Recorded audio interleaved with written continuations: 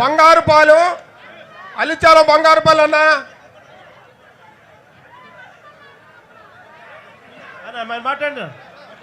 అన్నా ఇక్కడ నా పేరు రంగయ్య. మా మత్స్యకార సంస్థన సుమారు మేము నాకు తెలిసినంత వరకు ఈ ఫిషింగ్ హార్బర్కి రాకముందు మేము పడ్డ కష్టాలు సముద్రంలో తెప్పలో పోయి 10 కిలోలు 20 కిలోలు తీసుకొచ్చి మేము ఇక్కడ అమ్ముకోవడానికి అవకాశం లేకుండా మేమే తీసుకుపోయి పల్లెటూళ్ళు అమ్ముకుంటే ఇక్కడ 10 రూపాయలు 20 రూపాయలు ఉండేది, అడగకపోతే 20, 30, 40 వచ్చేదన్న. ఇప్పుడు మనకి మన హార్బర్ జోలుదిన్న హార్బరు మీ దయ వల్ల ఇక్కడ కట్టిన దానికి ఎంతో సంతోషపడుతున్నామన్న.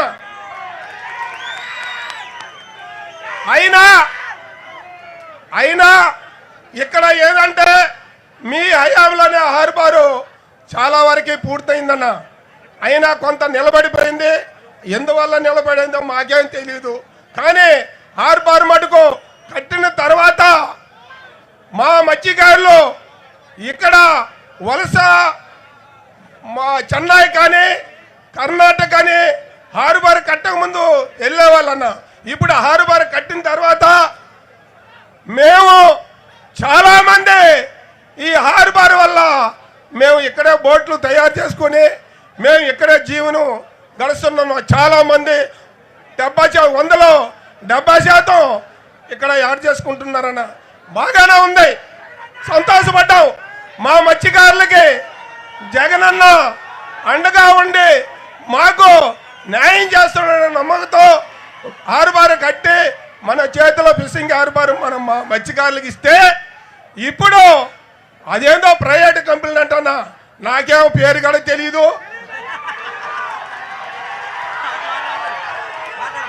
వాళ్ళందరికీ దోచిపెట్టే కార్యక్రమం చేస్తా ఉన్నారు.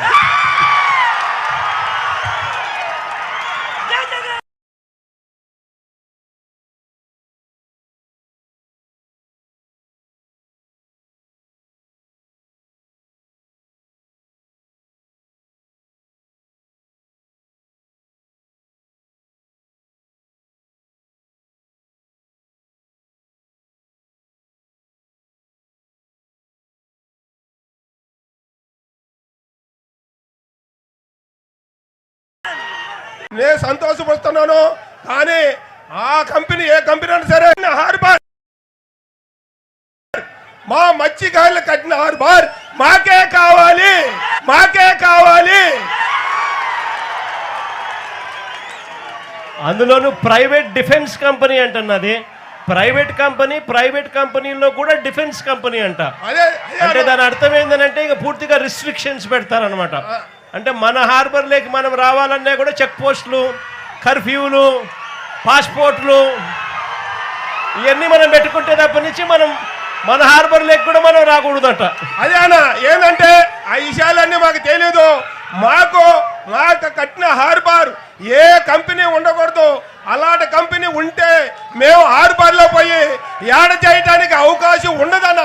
ఆ కంపెనీలు తీసేసి మా హార్బర్ మా మత్స్యకారులకి మీ తరపున చంద్రబాబు నాయుడు ముఖ్యమంత్రిగా ఉన్నారు, ఆయనకి చెప్పి అది ఆపి మీ తరపున మా మత్స్యకారులకి మా హార్బర్ మాకే ఉండేలాగా చెయ్యన్న.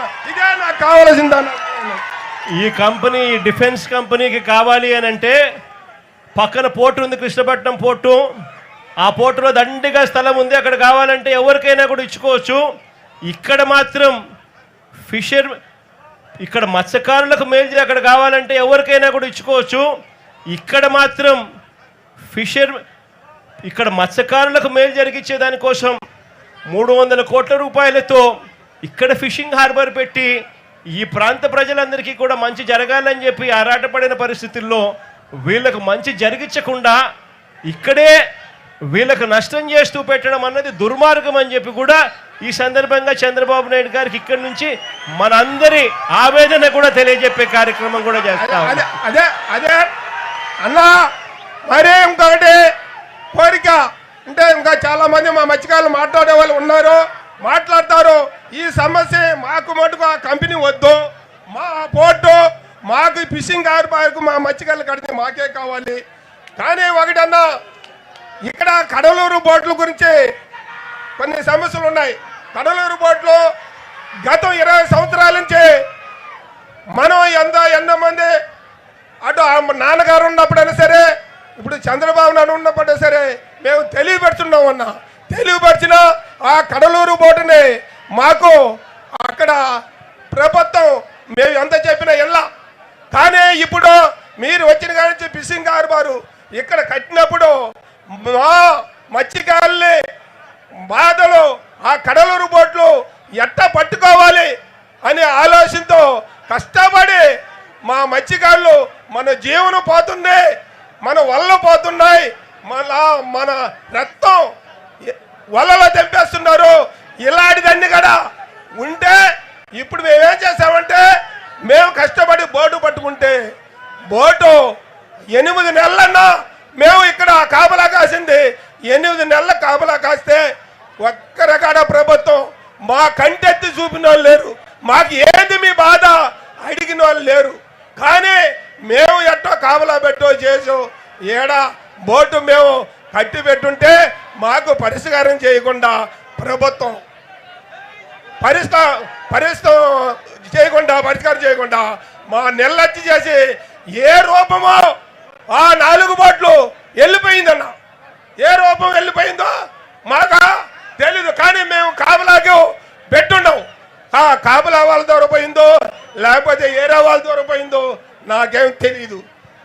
కానీ ఎవరిని కూడా అరెస్ట్ చేయలేదు ఇంతవరకు ఎవరిని అరెస్ట్ చేయలేదన్న. ఇంతవరకు బోట్లు ఎత్తకపోయినా కూడా అరెస్ట్ చేయలేదు. ఎఫ్ఐఆర్ కట్టినారు, బోట్లు సీజ్ చేసినారు. బోట్లు ఇక్కడే మన దగ్గరే ఉన్నాయి. బోట్లు మన కళ్ళ ముందరనే వీళ్ళంతా లాలూచిపడి బోట్లు సీజ్ చేసిన బోట్లు, ఎఫ్ఐఆర్ కట్టిన బోట్లు తీసుకొని పోయినా కూడా ఏ ఒక్కరిని కూడా అరెస్ట్ చేయలేదు. అన్న మాకు శాశ్వత పరిష్కారం ఏదంటే ఆ కడలూరు బోట్లు మాకు రాకుండా ఆపితే మేము ఇక్కడ బతకగలము, లేకపోతే మళ్ళీ వలసే పోవటానికి వస్తుందన్న. ఇది మా మీద గుర్తించి మీరు జగనన్న మీరు ఇప్పుడు మన సీఎంతో దృష్టికి తీసుకెళ్ళి మాకు శాశ్వత పరిష్కారం చేయాలని నేను మరీ కోరుకుంటున్నాను జగనన్న.